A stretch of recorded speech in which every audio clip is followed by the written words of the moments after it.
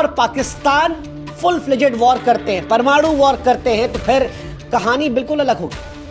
अगर ये दोनों देश अपने 50-50% हथियारों का इस्तेमाल करते हैं तो ये मान के चलिए 10 से 20 करोड़ लोग पहले घंटे में मर सकते हैं। उसकी वजह है, चाहे दिल्ली हो या कराची, इनकी आबादी घनी है। दिल्ली में 2.5 करोड़ से अधिक लोग हैं, कराची में 2 करोड़ से अधिक लोग हैं। आधुनिक हथियार इनके पास है जो 15 से लेकर 300 किलोटन की शक्ति रखते हैं। हिरोशिमा में 15 किलोटन का इस्तेमाल किया गया था और अब 300 किलोटन तक के हथियार हैं। आप सोचिए कितने गुना है।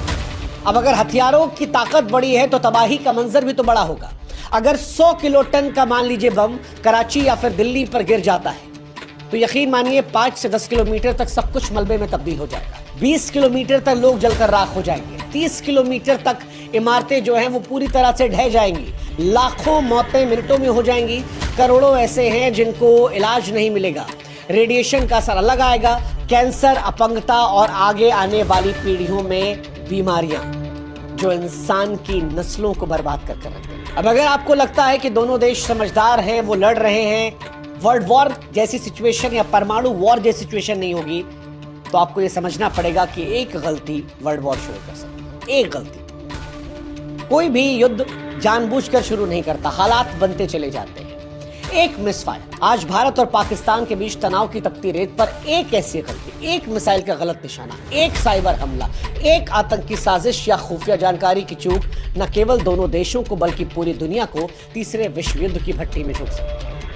ये दोनों देश ऐसे हैं जो परमाणु हथियारों से लैस हैं। गलतफहमी को सुधारने का वक्त शायद चंद मिनट भी ना मिले। उदाहरण के तौर पर एलओसी पर तनाव के दौरान एक मिसाइल अगर गलत निशाना साध लेती है तो दुनिया बदल सकती है। ऐसा पहले भी हुआ है।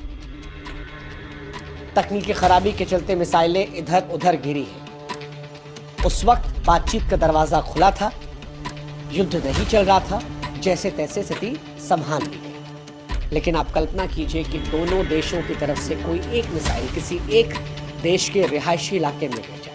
अगला देश क्या करेगा? वो पलटवार करेगा, उससे बड़ा, उसके बाद अगला बड़ा वार, शायद इसी आवेश में कोई परमाणु शक्ति का इस्तेमाल कर ले। ये खतरनाक हो सकता है।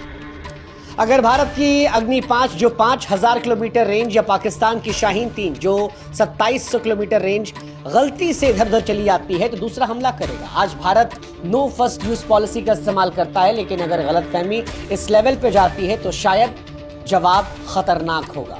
मिसाइलें हवा में होंगी। दिल्ली, मुंबई, कराची, इस्लामाबाद जैसे शहर मिनटों में मलबे में तब्दील हो सकते हैं। मौजूदा दौर में अगर कहीं कोई आतंकवाद हो जाता है तो ये भी विश्व युद्ध की तरफ धकेल सकता है। 2008 में मुंबई हमलों ने भारत को हिलाया था। 2019 के पुलवामा हमले ने बालाकोट हवाई हमले को जख्म दिया था। पहलगाम में जो कुछ हुआ उसके बाद भारत ने ऑपरेशन सिंदूर चला दिया। आप कल्पना कीजिए कि अगर कहीं कोई आतंकवादी हमला होता है तो उसका जवाब भारत सीधे सीधे से पाकिस्तान की साजिश मानेगा, जवाबी कार्रवाई होगी। सच्चाई कुछ भी हो, वो युद्ध के बीच में दब जाएगी और उसके बाद दुनिया विश्व युद्ध की आग में जा सकती है।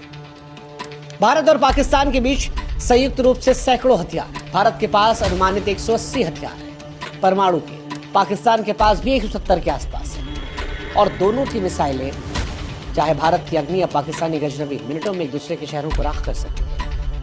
यकीन मानिए, दिल्ली से इस्लामाबाद, कराची से लेकर मुंबई, अगर ये मिसाइलें चलती हैं तो कोई नहीं बचेगा। सबसे डरावनी बात यह है कि ये दोनों देश इमोशनली ड्रिवन है।